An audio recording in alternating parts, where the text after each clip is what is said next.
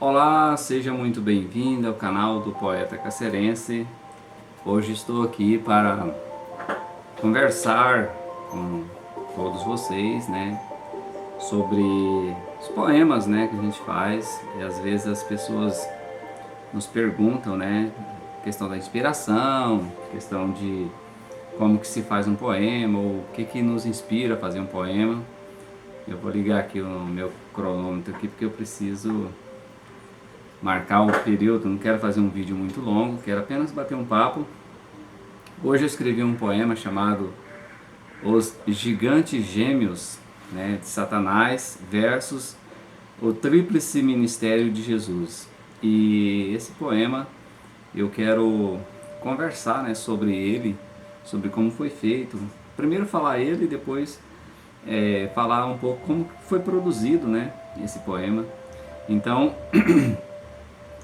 Os Gigantes Gêmeos de Satanás versus o Tríplice Ministério de Jesus. Primeiro ponto aqui é que o título é um longo, um título longo. Eu costumo sempre escolher títulos pequenos, mas hoje fiz um título longo, o poema não é muito grande, é um poema simples, e ele traz no seu texto, os seguintes pontos, Então diz assim o poema: o pecado e a enfermidade são os gigantes gêmeos de Satanás para destruir o ser humano. O salário do pecado é a morte, as enfermidades, as consequências. Por isso o ser humano sofre, a natureza geme e o mundo está um caos. Tudo isso porque o mundo jaz no maligno. Onde está a esperança? Está em Jesus Cristo, Filho de Deus, Salvador do mundo. Jesus Cristo veio com um tríplice ministério para resgatar o ser humano do pecado, ensinar a palavra de Deus, pregar o arrependimento e as bênçãos do reino de Deus, curar todo tipo de moléstia, doenças e enfermidades entre o povo. Aprenda a confiar em Jesus Cristo. Ele é o Senhor que te sara. Encha sua mente e o coração com a palavra de Deus. Ele veio para dar vida e vida com abundância.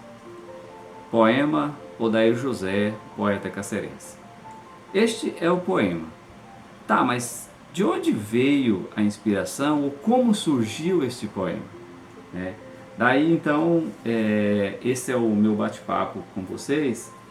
E eu fui sorteado essa semana para ministrar a lição da escola dominical. Sou professor na escola dominical e fui sorteado. E o tema da lição é O Senhor Jesus cura hoje. Então eu comecei a estudar, como sempre faço, me dedico bastante à questão da pesquisa, de como a história da lição, a geografia, por que esse tema, o que esse tema tem a ver, e vou então para a Bíblia, os livros, comentários bíblicos e etc. E aí eu fiz um apanhado durante a semana e hoje estava fazendo essa conclusão. Então eu aprendi algumas coisas que me levaram à formulação desse poema. Então, por exemplo, o que eu pude perceber, ou o que eu pude aprender dentro desse contexto. Comecei a fazer essas pesquisas então sobre curas no Antigo Testamento. E aí pude perceber que em nenhum lugar aparece um médico ou um remédio curando um doente no Antigo Testamento. Achei muito interessante. Por quê? Porque Deus é o médico. Aí tem alguns contextos bíblicos, que não, depois só a pessoa pesquisar. Mas, por exemplo, a primeira menção de uma cura no Antigo Testamento está lá em Gênesis, no capítulo 20, versículo 17, com Abimeleque. Abraão ora por Abimeleque e ele é curado. A gente encontra também primeiros socorros, lá em Isaías, capítulo 38, versículo 21. E correção de fraturas, entre outras coisas. Se no Antigo Testamento a gente não tem essa menção de um médico ou um remédio curando um doente, no Novo Testamento a gente vê isso várias vezes. Por exemplo, a palavra curar no Novo Testamento, ela tem 26 vezes, né? Jesus é o curador por excelência, né? Está registrado em Lucas capítulo 5, 17. 24 histórias de curas feitas por Jesus. 7 exorcismos, né? Que é a expulsão de demônios relacionado às doenças, né? 11 vezes amigos levam os doentes até Jesus. 6 vezes o doente apela a Cristo. 3 vezes Jesus cura à distância, nem precisa ir lá, né? 7 vezes ocorre a palavra médico. Lucas, autor do Evangelho de Lucas e de Atos dos Apóstolos, era médico. Jesus curou uma mulher que sangrava há 12 anos. E, para concluir, Laodiceia, uma das 7 igrejas da Ásia, tinha uma escola de medicina. É interessante, né? E aí, no mundo antigo, como que funcionava no mundo antigo? Por exemplo, é só por cima aqui, um relato por cima, né?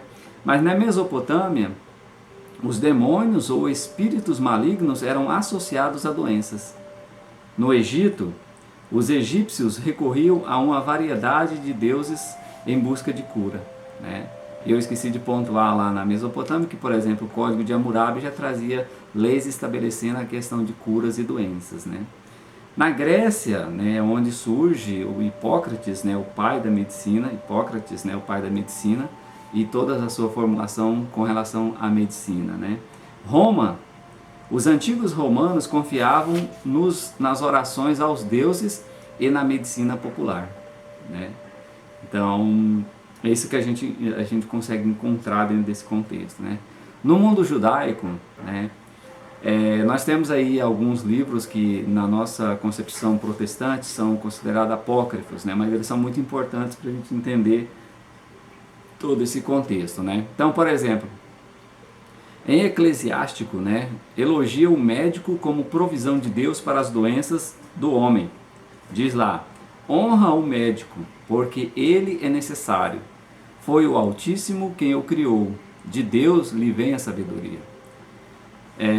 Acreditavam também que toda cura provinha de Deus, né? Então daí a gente tem esse conceito judaico-cristão, né? E aí no mundo cristão nós temos alguns pontos bem interessantes que, por exemplo, para os pais da igreja primitiva, Cristo era o único e verdadeiro médico, tanto do corpo como da alma, né?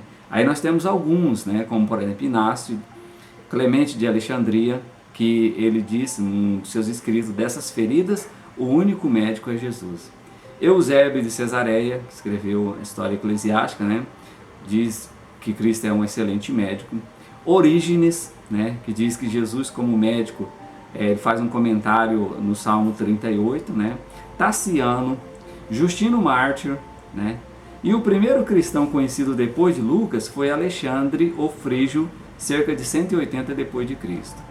Basílio da Capadócia, filósofo e médico, sofria de muitas enfermidades. Jerônimo, né, que falava de Jesus como o verdadeiro médico e o único médico, faz uma comparação com os ensinos de Hipócrates, né, e ele até diz assim que, por exemplo, se Hipócrates fez com que as pessoas fizessem um juramento com relação à ética na medicina, à ética médica, muito mais Jesus, né, que está acima de Hipócrates, né. E para não falar que é só os homens, né, nós temos um exemplo que eu achei bastante interessante. Em 390 d.C., a rica viúva Fabíola, uma cristã, né, fundou um hospício para os doentes, né. Achei muito interessante isso aqui, e ela cuidava, e inclusive lá no texto diz que em alguns casos ela carregava os feridos, limpava as feridas, e que até alguns homens não conseguiam, né, viravam o rosto, ela ia lá e atendia, né? Então todo esse contexto com relação à questão da cura e desse processo de que Jesus cura hoje, desse estudo, me levou a formular esse poema, né? Então eu entendi que, por exemplo, o pecado e a enfermidade são os dois gigantes que Satanás utiliza, né, para causar as doenças em alguns casos, né? Mas é consequência também do pecado. Então o pecado e a enfermidade. Por isso os gigantes gêmeos, né, de Satanás. Só que aí eu coloco versus o que? O tríplice ministério de Jesus, que é o que? Ele veio para ensinar a palavra de Deus, veio pregar o arrependimento e as bênçãos do reino de Deus, e veio curar todo tipo de moléstia, doenças e enfermidade entre o povo. Tá? Então esse é o bate-papo que eu queria conversar com vocês sobre como se produz um poema e como que esse poema foi.